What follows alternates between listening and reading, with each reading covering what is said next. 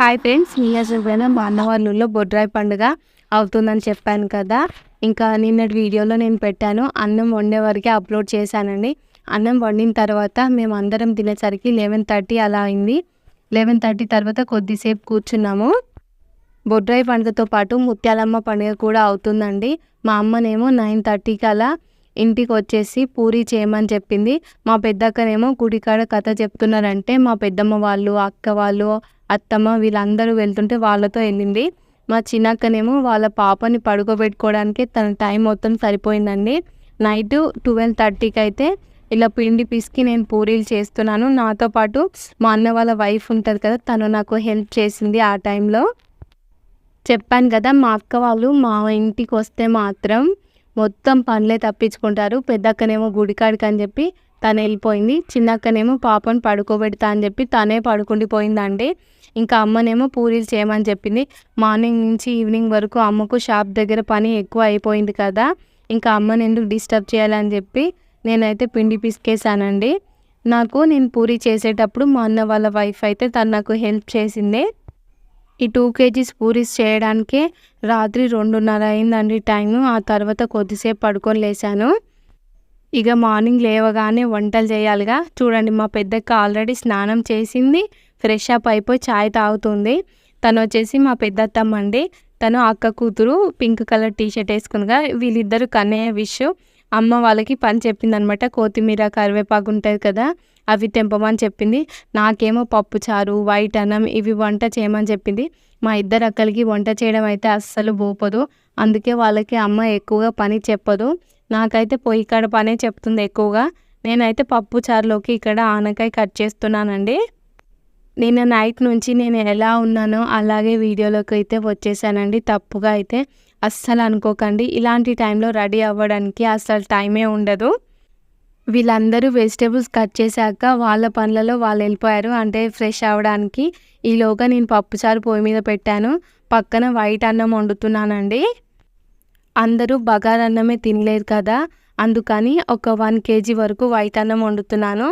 ఈ పొయ్యి మీదనేమో పప్పుచారు ఉంటుంది కదా, చారు చేసేసానండి. నేను పప్పుచారు చేసేటప్పుడు అన్నీ కలిపి ఒకేసారి వేసేస్తాను.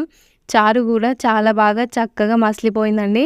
చారుని పక్కకు దించేసాను. ఆ తర్వాత ఒక చిన్న కడాయి పెట్టుకొని పోపును పెట్టుకోవాలి కదా, ఒక చిన్న కడాయి పెట్టుకున్నానండి. ఈ గ్యాస్ వచ్చేసి హోటల్లో యూస్ చేస్తారు కదా, అంత పెద్దగా ఉంది. మంట అయితే తగ్గించి పెట్టడానికి అస్సలు రావట్లేదు. కొంచెం చిన్నగా పెడితేనేమో గ్యాస్ ఆగిపోతుందండి, పెద్దగా పెడితేనేమో పప్పుచారు పొంగిపోతుంది. అందుకని కలుపుకుంటూ పక్కనే ఉండైతే పప్పుచారుని చక్కగా మసలబెట్టుకున్నాను. ఇలా ఒక బకెట్లోకి చారునంతా వేసేసుకున్నానండి. పోపు కోసం అయితే గ్యాస్ ఆన్ చేసుకున్నాను. నేను వంట చేస్తుంటే నాకు చాలా చెమట వస్తుంది. దాన్ని కూడా నేను నా బట్టలకే రుద్దేసుకున్నాను. కడాయి పెట్టుకున్న తర్వాత కొంచెం ఆయిల్ వేసుకున్నానండి. ఆయిల్ కొంచెం ఎక్కువ అయిపోయింది. మళ్ళీ మా అమ్మ తిడుతుంది అని చెప్పేసి ఒక గంటతో ఆయిల్ అయితే ఇలా క్యాన్లోకి వేసేసుకున్నాను. ఈలోగా పక్కన అన్నం అవుతుంది. ఆయిల్ హీట్ అవ్వడానికి 1 మినిట్ కూడా పట్టలేదండి. ఇప్పుడు కొంచెం జీలకర్ర వేసుకున్నాను. ఈ పక్కన అన్నం కూడా అవుతుంది కదా, ఒక్కసారి కలుపుతున్నానండి. అన్నం మొత్తం సైడ్కి పడుతుంది. ఆ తర్వాత వాటర్ క్యాన్లో వాటర్ అయిపోయాయని ఇలా ఒక క్యాన్ తీసుకొచ్చి అయితే వాటర్ పోసేసుకున్నాను. అమ్మ చెప్పింది కదా, నువ్వు వైట్ అన్నము, చారు, బగారన్నం వండు, నేను చికెను, మటను వండుతానని చెప్పిందండి. ఇందాక మీకు ఆకులు చూపించానుగా, అదైతే బగారన్నం వండడానికి. నైట్ మిగిలిన అన్నంతో పులిహోర చేశానండి, అదైతే నేను మీకు చూపించలేదు. ఆ తర్వాత ఇక్కడ ఆయిల్ హీట్ అయిన తర్వాత ఎండుమిర్చి, కొంచెం వెల్లిపాయలు, కరివేపాకు అన్నీ ఒకేసారి అయితే వేసేసుకున్నానండి. ఈలోగా అన్నం మొత్తం పక్కకి పడిపోతుంది. ఇలా చిన్నగా కలిపేసుకుంటున్నాను. మా ఇద్దరు అక్కలేమో పిల్లలకి స్నానాలు చేయించి బట్టలు ఉతుకుతున్నారండి. ఆ తర్వాత ఆనియన్ కోయడం, పచ్చిమిర్చి కోయడం అయితే చేస్తున్నారు. పోపు మాడిపోతుందని చెప్పాను కదండి, అందుకే ఇలా కలిపేసుకొని అయితే పోపును మాడకుండా చూసుకుంటున్నాను. పోపు మొత్తం రెడీ అయిపోయింది. ఇది పప్పుచారులోకి వేసుకోవాలి.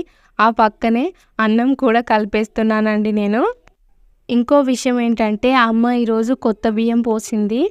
అవి చాలా సన్నగా ఉన్నాయన్నమాట. అవి మెత్తగా అవ్వకుండా ఉండడానికి నేను ఇలా పదే పదే చెక్ చేసుకుంటూ అన్నం వండుతున్నానండి. పోపు రెడీ అయిపోయింది. గ్యాస్ ఆఫ్ చేశాను. ఆ తర్వాత మసి క్లాత్ ఉంటుందిగా, అది తీసుకొని అయితే చారులోకి పోపు వేసేస్తున్నానండి. కడాయి చాలా హీట్ అవ్వడంతో నా చెయ్యి అయితే కాలిపోతుంది. అందుకే కింద పెట్టేశానండి. కింద పెట్టిన తర్వాత మళ్ళీ ఒక గరిటె చారు తీసేసుకొని కడాయిలో పోసుకొని ఇలా పోపు పెట్టేసుకున్నానండి. మీకు దగ్గర నుంచి చూపిస్తాను.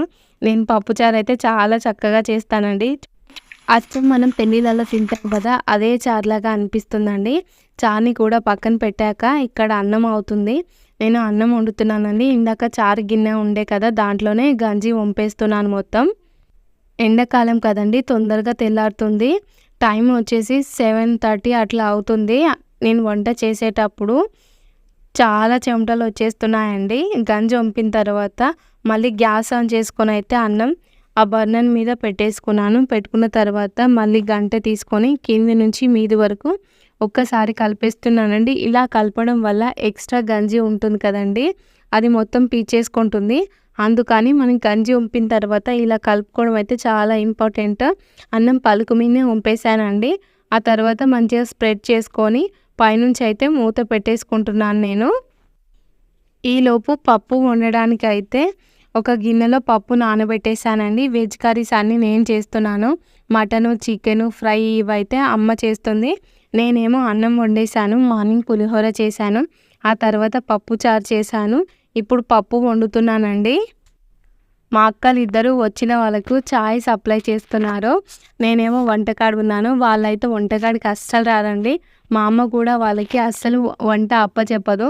వాళ్ళు చేస్తున్నా కూడా కారం ఇంతేలా, ఉప్పు ఇంతేలా అని ఒకటే అమ్మని అడుగుతారు. మా అమ్మకైతే ఊకే చెప్పడం అయితే తనకు చాలా చిరాకు వచ్చేస్తుంది. అన్నం వండేసానండి. ఆ తర్వాత పప్పు కూడా అవుతుంది కదా. ఈలోపు అయితే మా చిన్నక్క పక్క నుండి వెజిటేబుల్స్ కట్ చేస్తుందండి. పప్పు కొంచెం ఉడికిన తర్వాత నేను టమాటో, పచ్చిమిర్చి ఉంటాయి కదా, వీటిని కూడా వేసేస్తున్నానండి. చూడండి, వంట చేసేసరికి నా అవతారం ఎలా అయిపోయిందో. నేను అస్సలే రెడీ అవ్వలేదు.